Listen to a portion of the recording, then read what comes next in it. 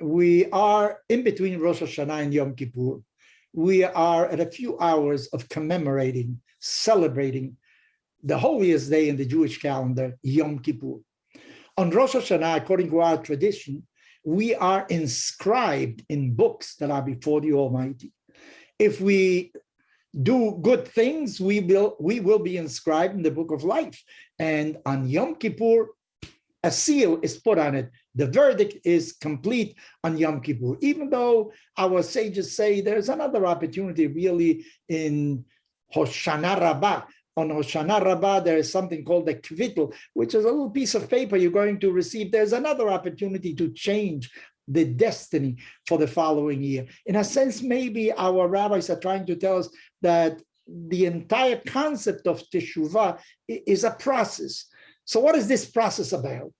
Is it about the number of good deeds that I did versus the mistakes that I made? In other words, we have a balance. On the one hand, we put the good things, on the other hand, the bad things, the negative things. And it depends on which side the balance goes. So you are inscribed and sealed for life because you have more good deeds than errors that you committed.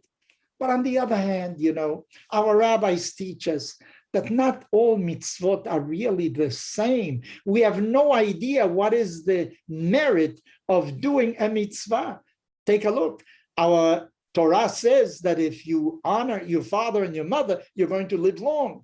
But it says the same thing about sending away the mother bird before you take the eggs from the nest.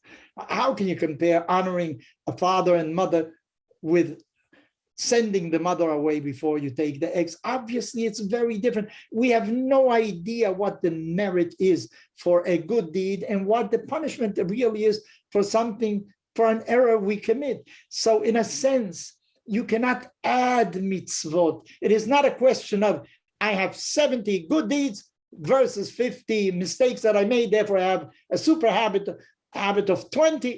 Okay, you're in, because you have more good deeds than mistakes that you made. I don't think that is so. I don't think these things can be added at all. I think what God really looks at is the totality of the human being. Are you a better human being this year than last year? Is it worthwhile to give you another year of life? What do? Do you contribute to society? Do you make this world a better place to live in? Remember, what was the first thing that God did? God created the world. In other words, are you a creator or you destroy things? Are you a positive element or you are a negative element? The totality of the human being. I remember reading not too long ago, and I don't remember exactly where, that Churchill supposedly said, what is success is really go from mistake to mistake, but with same enthusiasm. Don't lose enthusiasm. We make mistakes, but the question is, where are we going? So I want to tell you, I thought of 3 things maybe we should have in mind these days. One is you have to have a clear goal, where you want, what is the north in your life? A member of my family is also a captain. He has a boat, and he tells me that he has a GPS, that before he sets out to go someplace, he activates this GPS. It shows a line between the port from which he departs to where his destination is. And there's a straight line there. While he's going, he says he can go right to the left because he wants to see something or because there are waves, God knows what. But he always knows whether he's going in the right direction or not. So I'm telling you, I think you have to have a clarity of vision toward what do you want to accomplish this year. Maybe you want to learn French. You'll know another language. You'll be better by it. Maybe you want to learn how to manage better computing. You want to learn programming, for instance. That would be something. Maybe you want to learn a tractate of the Talmud. Maybe you want to observe Shabbat this year. You want to start observing Shabbat this year. Maybe you want to eat kosher this. Maybe you'll stop telling lies, even little white lies. You'll say to yourself, I will not tell a lie the next year. The idea is you have to present yourself before the Almighty, not that you have 10 merits and 5 demerits. Oh God, know that you are different, that you have grown, that you contribute something to society. So I want to tell you, number one, you have to be very clear in where you want to go. Then I want to tell you something else. You have to know how to prioritize things, how to do something first, something second. Maybe I already mentioned it a number of times. I go into the library of my house and I start looking over this book, that book. I end up reading nothing.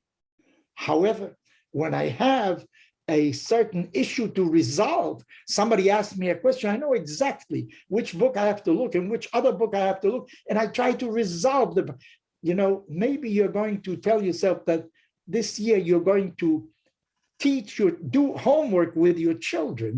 That should be number one for you.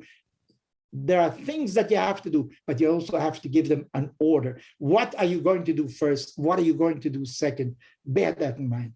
Number three, I want to tell you, you should do everything with honesty, with loyalty. In Jewish tradition, treason is about the worst thing you can do. If somebody goes and tells the authorities on you, that is about the worst, worse than stealing or God knows what.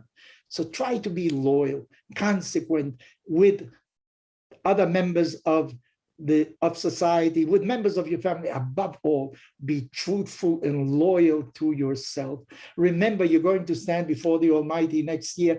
Not a question of how many mitzvot you have in your right pocket and how many errors you have in your left pocket. The question is, are you different? Is it worthwhile to give you another year? Why should you live next year? Did you do something positive? Is the world a better place to live in because you are in it? Remember, that is the important thing. So I want to wish you, we were all inscribed already in the book on Rosh Hashanah. We're going to be sealed on Yom Kippur. Make sure that you come before the Almighty as somebody who merits something, because you have done something positive. You have contributed to society. You didn't make it a worse place to live in. The other way around. It is a better place to live in because of your presence in this world.